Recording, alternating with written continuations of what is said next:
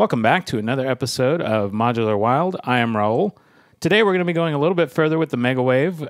If you've seen any of the videos up to this point, we've gone through the first, let's see, Bank 0, Bank 1, Bank 2, Bank 3, Bank 4, and Bank 5 of the Megawave.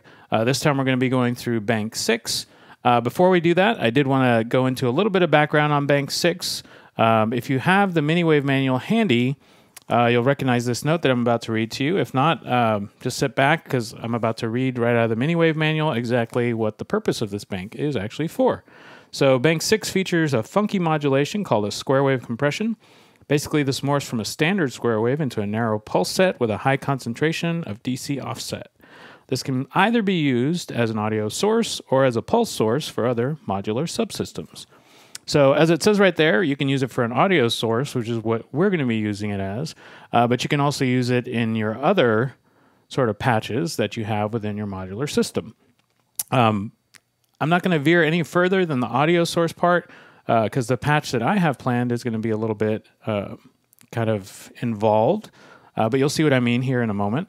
So let's start by getting our Megawave triggered, and for that, of course, we need a saw wave from our oscillator 2 right here. So I'm taking the saw wave out right there and then just going into the input of the Megawave. Now you may already see that there's a cable going in there. I thought I would do this just for simplification of not only the patching but of the video shooting.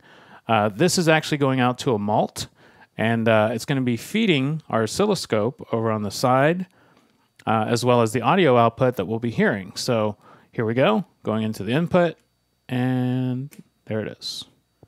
All right, so now I just need to patch it into the mult.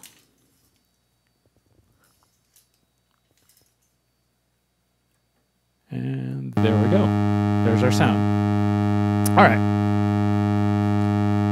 So now if we start moving through these waveforms in this, and the manual doesn't actually specify any special names or anything, they're just kind of numbered.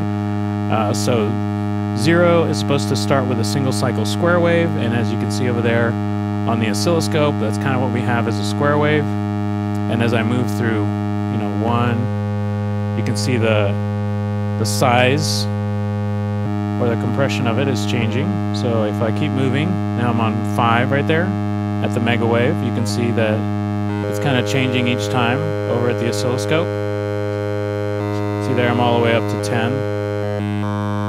So basically the idea is, though, it's going through all these different compressions as I move throughout the entire bank.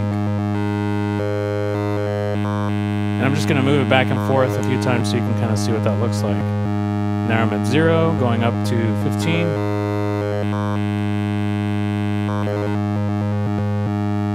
Back down to 0, back up to 15, and then back down to 0. So, fairly straightforward. Not really a lot to look at other than those kind of slight alterations in the compressions. So I thought we'd do something a little bit more interesting this time around. So let me kind of show you what I have laid out here on the side that's going to get involved in this patch. Now, if you look here in the center, you can see kind of a small module on this side, and if we pop over to that side, right over here, we have the anti-oscillator, and then we have the noise ring, which is actually going to help us out here. And then a little bit further down here, we have the rotating clock divider, which we're going to use here in a moment. And then off on the far left, in another section of the modular, we have a few drum modules that we're going to be using. So let's get this started, and basically, what we're going to be doing is we're going to be using this as kind of a sound source and then modulating the movement of this guy right here to kind of create kind of an interesting patch. The noise ring over here, after a few experiments I did, I was getting some pretty interesting effects with it. So we're going to be using this as our modulation source. So let me just get a cable and then patch it into the CV input of our Megawave. So going over here, going into the wave in, so we can... So there we're just kind of moving through the different compressions. And that's fairly interesting on its own, at least I think it is. And you can see that the oscilloscope is kind of jumping through all those. Now I can vary the rate if I wanted to by moving the noise ring down in speed. Now it's moving a little slower, and you can see that reflect over at the oscilloscope. I'm going to speed it up just a little bit. So bringing the rate up a little.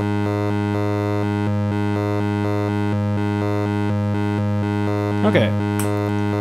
So this is where we're going to try and make it a little bit more interesting here. So what I'm going to do is, the noise ring actually outputs a clock as well.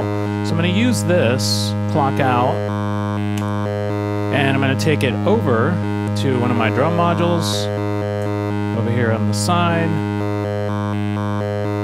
And just give me a moment to get there. And I'm going to start with the closed hi-hat over here, just because it will allow us to also hear when our clock is happening.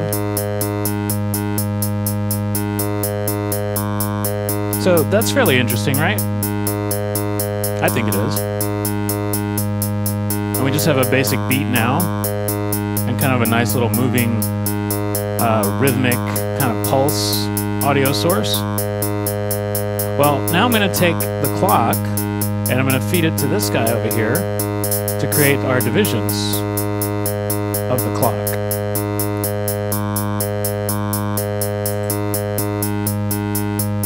And then we're going to take one of the divisions, let's see, which one did I use? Maybe the 2. So this is a divided by 2 output right here, and I'm going to take that over, and I'm going to patch it into my kick drum over here.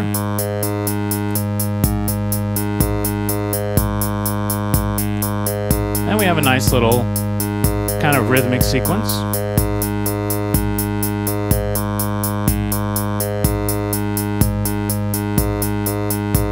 There's a lot of different places in this patch that I can kind of vary it. You know, if I wanted to, I could change, you know, the pitch of my little pseudo bass line right there by adjusting the pitch of my oscillator.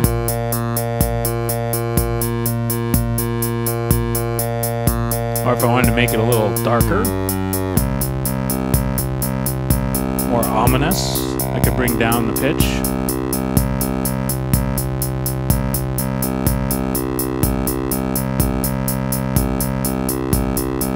Or I could also go over to my drum section and adjust the sort of sounds I have over here. So this is my kick decay.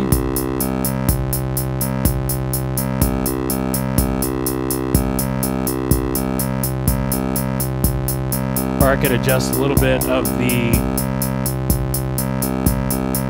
think this is the decay, I have it right, yeah. Or the pitch.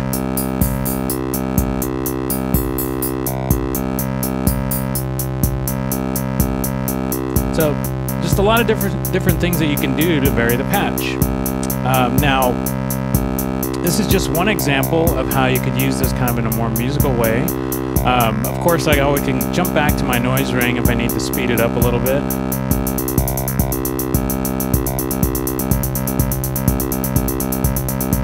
And now all of them are kind of following this guy right here.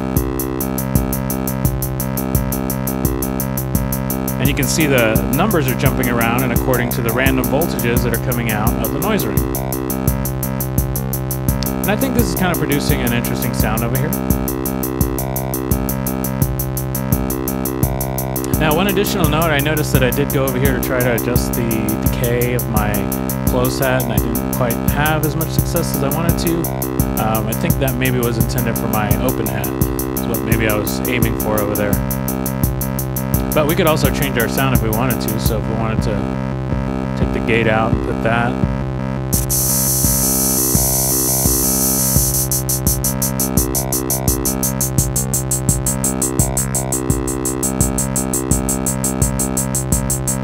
So, that one actually doesn't apply to this.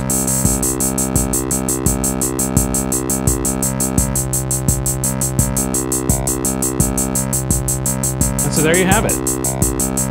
Kind of one interesting way that you can use this specific bank and moving through the waveforms. Now you could do a more standard modulation rather than the random source that I have over here. I just chose this because it was probably one of the better examples that I had.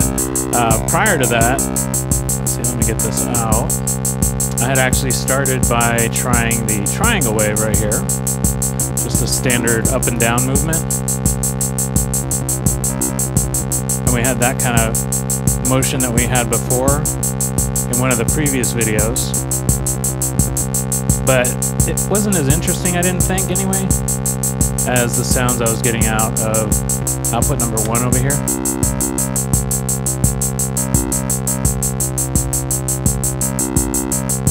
And it actually looks kind of cool on the oscilloscope as well. Now I could also just change the place that I am in the bank. And then of course my modulation will change accordingly. Could bring down the CV level.